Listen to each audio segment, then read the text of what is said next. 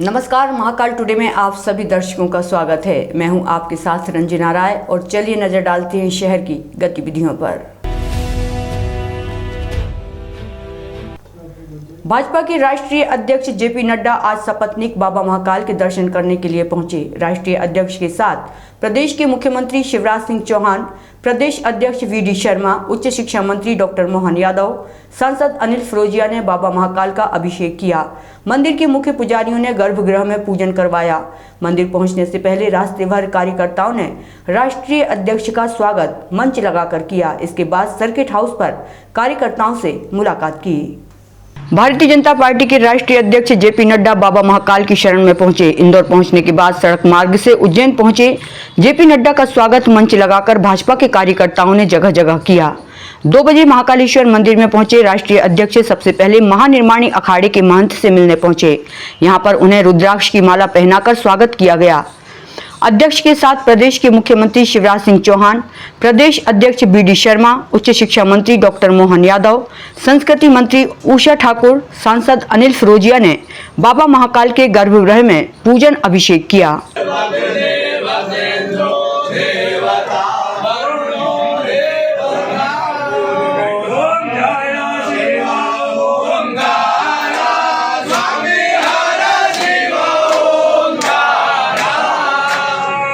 ग्यारह पंडितों द्वारा जेपी नड्डा, मुख्यमंत्री शिवराज सिंह चौहान और प्रदेश अध्यक्ष के साथ साधना सिंह और जेपी नड्डा की पत्नी को पूजन करवाया गया।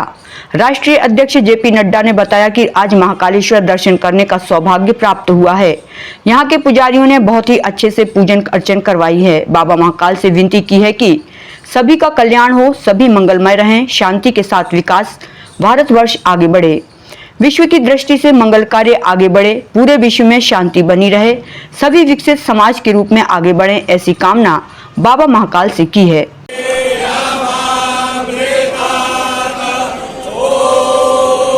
पर महाकाल दर्शन के बाद सर्किट हाउस पर राष्ट्रीय अध्यक्ष जेपी नड्डा, मुख्यमंत्री शिवराज सिंह चौहान और प्रदेश अध्यक्ष पार्टी के वरिष्ठ कार्यकर्ताओं से मुलाकात करने पहुंचे। यहां पर उनका पार्टी के कार्यकर्ताओं द्वारा भव्य स्वागत किया गया। बहुत बहुत नमस्कार। आज मुझे महाकालेश्वर के दर्शन करने का सौभाग्य प्राप्त हुआ और यहाँ के हमारे सभी पंडित बंधुओं ने बहुत ही अच्छे से पूजा अर्चना कराई और मैंने महाकालेश्वर से इस बात की विनती की कि विश्व का कल्याण हो, सभी मंगलमय रहें, शांति के साथ साथ विकास में भारतवर्ष आगे बढ़े और साथ ही साथ विश्व के दृष्टि से भी सभी लोग मंगलकारी दृष्टि से आगे बढ़ें और संसार में शांति भी हो और सभी विकसित समाज के रूप में आगे बढ़े, ऐसी हमने कामना की है। आप सब लोगों को बहुत बहुत धन्यवाद। आपने बहुत शांतिपूर्ण तरीके से इस पूजा में आप लोग भी शामिल हुए। आपका बहुत बहुत मंदिर परिसर में हम सिर्फ धर्म और अध्यात्म की ही बात करते हैं। अंतर्राष्ट्रीय महिला दिवस के अवसर पर जीवाजीगंज थाना पुलिस द्वारा आज शासकीय उच्चतर माध्यमिक विद्यालय जीवाजीगंज वृंदावनपुरा में साइबर संबंधी अपराधों के बारे में छात्राओं को जानकारी दी गई। थाना जीवाजीगंज पुलिस द्वारा आज अंतर्राष्ट्रीय महिला दिवस के अवसर पर शासकीय उच्चतर विद्यालय जीवाजीगंज वृंदावनपुरा पर स्कूल की बालिकाओं के साथ साइबर संबंधी अपराधों को कैसे रोका जा सकता है, इसके संबंध में अपराधों की जानकारी दी गई। जैसे हम लोग हैं तो मीडिया ग्रुप से आते हैं तो मीडिया ग्रुप पे क्लिक देता है। जैसे हम उस पर क्लिक करते हैं ना तो या तो वो फेसबुक पे जाता है या तो फिर वो यूट्यूब पे जाता है। इस प्रकार की किसी भी लिंक के ऊपर जब तक वो विश्वसनीय न हो हमें क्लिक नहीं करना है। अविश्वसनीय लिंक पे क्लिक करने से क्या परिणाम होते हैं मैं आपको बताता हूँ। अविश्वसनीय लिंक को जैसे ही आप क्लिक करोगे वो आपके मोबाइल की क्लोनिंग कर लेगा। अब आपका मोबाइल का नियंत्रण किसके पास में चला जाएगा? सामने वाले के पास चला जाएगा। जो बदमाश लोग करते हैं, जो साइबर के हैकर्स होते हैं, वो आपके मोबाइल को हैक कर लेते हैं। अगर आप कंप्यूटर में करोगे तो आपका कंप्यूटर हैक हो जाएगा। फिर आप देखोगे ना, आप केवल देखते रहोगे, आपके मोबाइल का अकाउंट खुलेगा, वो सब देख रहा है आप जो कर रहे हो आपके मोबाइल के अंदर। आपका मोबाइल से आप पेटीएम चलाते हो तो पेटीएम का पासवर्ड डालोगे, वो भी देख लेगा। आपके बैंक का अकाउंट नंबर देख लेगा, आपके व्हाट्सएप मैसेजेस देख लेगा और उसके बाद वो उसका दुरुपयोग करता है। तो किसी भी प्रकार की अविश्वसनीय लिंक के ऊपर कभी भी क्लिक नहीं करना। जैसे अविश्वसनीय लिंक कैसे होगी पता है? वो बड़ी अच्छी लगेगी देखने के अंदर। जैसे मान लो मैं आज आया हूं क्या, तो वो खबर क्या डालेंगे कि आज जीवाजीगंज स्कूल के अंदर, वृंदावनपुरा स्कूल के अंदर महिला दिवस के ऊपर आपका नाम लिख देंगे। मान लीजिए किसी का आयुषी नाम है, किसी का खुशबू नाम है, खुशबू को सम्मानित किया गया, टीआई जरूरी नहीं है, सोशल मीडिया के थ्रू, बहुत बढ़िया। और दूसरा,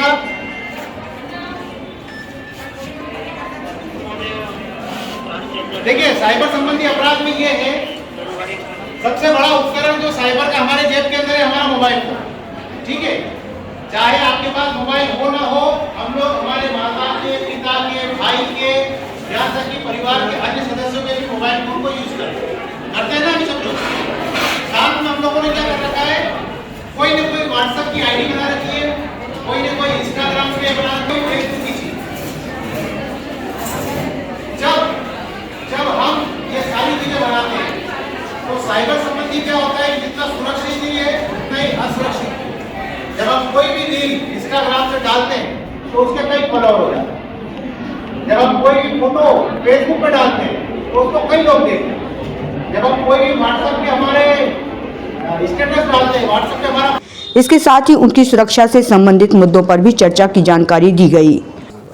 आज 8 मार्च है, अंतर्राष्ट्रीय महिला दिवस है और उज्जैन पुलिस के द्वारा जगह जगह पे महिलाओं को जागरूकता, उनके सुरक्षा के संबंध में कदम क्या उठाने हैं, साइबर अपराध के संबंध में उनको जागृत किया जा रहा है।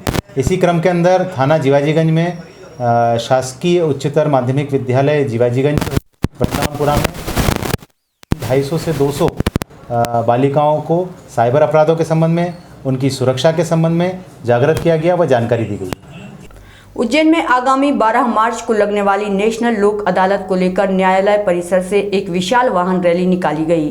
रैली को लोक अदालत के संयोजक विशेष न्यायाधीश अशफाक अहमद साहब ने हरी झंडी दिखाकर रवाना किया।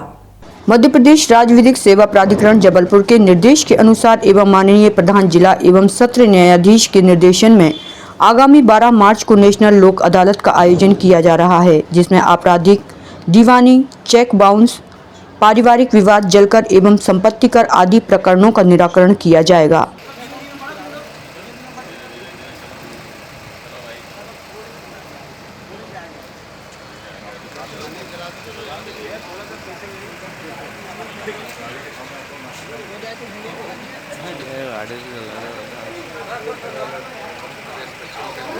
कार्यक्रम में मुख्य रूप अशफाक अहमद खान, विशेष न्यायाधीश एट्रोसिटी एक्ट उज्जैन, जिला न्यायाधीश जितेंद्र कुशवाहा, पंकज चतुर्वेदी, संतोष शुक्ला, कोर्ट मैनेजर श्रीमती आनंदा पद्मावत, जिला न्यायाधीश सचिव जिला विधिक सेवा प्राधिकरण अरविंद कुमार जैन, जिला विधिक सहायता अधिकारी दिलीप सिंह मुजालदा उपस्थित थे। मध्य प्रदेश राज्य विधिक सेवा प्राधिकरण जबलपुर के निर्देशानुसार एवं माननीय प्रधान जिला एवं सत्र न्यायाधीश महोदय श्री R.K. वाणी साहब के निर्देशन में इस वर्ष की प्रथम नेशनल लोक अदालत का आयोजन 12 मार्च को किया जा रहा है, जिसमें आपराधिक, दीवानी, घरेलू हिंसा, चेक बाउंस, पारिवारिक विवाद और जलकर, संपत्ति कर, विद्युत चोरी एवं अन्य सभी प्रकार के राजीनामा योग्य प्रकरणों का निराकरण सुलह एवं समझौते के आधार पर किया जाएगा। इसी प्रक्रम में आज विद्युत विभाग के समन्वय से एक विशाल वाहन रैली न्यायालय परिसर से निकाली गई है, जिसको लोक अदालत के संयोजक विशेष न्यायाधीश श्री अशफाक अहमद खान एवं विद्युत विभाग के न्यायाधीश श्री जितेंद्र कुशवाहा, श्री आदेश कुमार जैन एवं वरिष्ठ न्यायाधीश श्री संतोष शुक्ला तथा विद्युत विभाग के अधिकारियों के द्वारा हरी झंडी दिखाकर न्यायालय परिसर से रवाना किया गया। उज्जैन में भाजपा के राष्ट्रीय अध्यक्ष के आने के पूर्व भोपाल से होर्डिंग पोस्टर की गाड़ी लेकर पहुंची। होर्डिंग पोस्टर के नीचे दबने से सागर के रहने वाले सुनील नामक युवक गंभीर रूप से घायल हुआ है। 2 वक्त की रोटी का इंतजाम करने के लिए वह निकले मजदूर हादसे का शिकार हो गया। ऐसा ही एक घटनाक्रम मजदूर के साथ उज्जैन में हुआ। शहर आए राष्ट्रीय नेताओं के प्रचार प्रसार के जरिए अपनी भूख मिटाने के लिए वह मजदूर भोपाल से निकला था, लेकिन उसे क्या पता था कि जिस होर्डिंग को वो पेट की आग की दवा समझ रहा है वह उसका दर्द बन जाएगी। रसूखदारों और वीआईपी के लिए किस तरह से नियम कायदे ताक पर रख दिए जाते हैं, इसकी एक बानगी मंगलवार को स्मार्ट सिटी उज्जैन में देखने को मिली, जब बगैर अनुमति जहां तहां होर्डिंग्स लगाए जा रहे हैं। इनकी वजह से आम जनता बेहद परेशान भी दिखाई दी। सर्किट हाउस पर एक मजदूर के ऊपर होर्डिंग्स गिरने से घायल हो गया। भाजपा के राष्ट्रीय अध्यक्ष जेपी नड्डा और मुख्यमंत्री शिवराज सिंह चौहान का मंगलवार को उज्जैन प्रवास प्रस्तावित हुआ, जिसमें महाकाल दर्शन और सर्किट हाउस में भाजपा नेताओं से मुलाकात का कार्यक्रम तय हुआ। इसी के मद्देनजर भोपाल से हजारों की तादाद में भाजपाई होर्डिंग उज्जैन भेजे गए, जिन्हें विभिन्न स्थानों पर लगाने का काम मजदूर कर रहे थे। इसी दौरान एक मजदूर होर्डिंग्स में दबकर हादसे का शिकार होकर घायल हो गया। घायल अवस्था में उसे अस्पताल में भर्ती करवाया गया।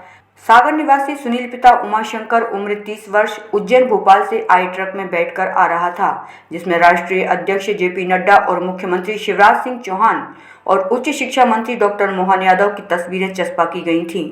इन होर्डिंग्स के बीच सुनील नामक मजदूर ट्रक के टाले और होर्डिंग्स के बीच दब गया, जिससे मौके पर अफरा तफरी मच गई और घायल अवस्था में मजदूर को जिला चिकित्सालय में भर्ती करवाया गया।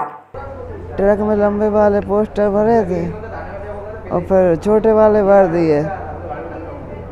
लड़के छोटे वाले में बैठ गए, हम बड़े पोस्टर के बाजू में बैठ गए। बड़े वाले डाल में फंस गए और लग गई। किसके पोस्टर थे ये? वो मंत्री आ रहे हैं। हाँ। उन्हीं के कैसे गिर गया अचानक? वो डाल में फंस गए ना, लंबे वाले थे तो गिर गए। कितने किलो का होगा वो करीब? 15-12। क्या मजदूरी करने आए थे आप? कहाँ के रहने वाले? सागर। सागर से यहाँ आए थे पोस्टर लगाने के लिए? नहीं, पहले से भोपाल में था, 2-4 दिन पहले। हाँ। और जान पहचान हो गई थी, सो चले गए थे। मध्य प्रदेश जन अभियान परिषद संभाग उज्जैन के जिला विकास खंड समन्वयकों की 3 दिवसीय बैठक का आयोजन किया गया। बैठक सह प्रशिक्षण का आयोजन इस्कॉन मंदिर भरतपुरी उज्जैन में आयोजित किया गया, जिसका समापन आज हुआ।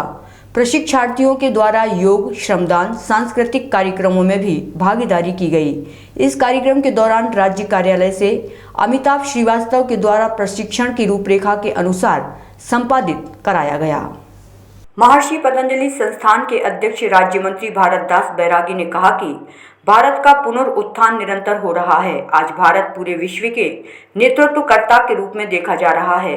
भारत के ज्ञान, कौशल, योग आदि को पूरे विश्व ने आत्मसात किया है। हम सबका उत्तरदायित्व है कि हम अपने राष्ट्र के प्रति जो भी दायित्व मिले उसका पूर्ण निष्ठा से निर्वहन करें।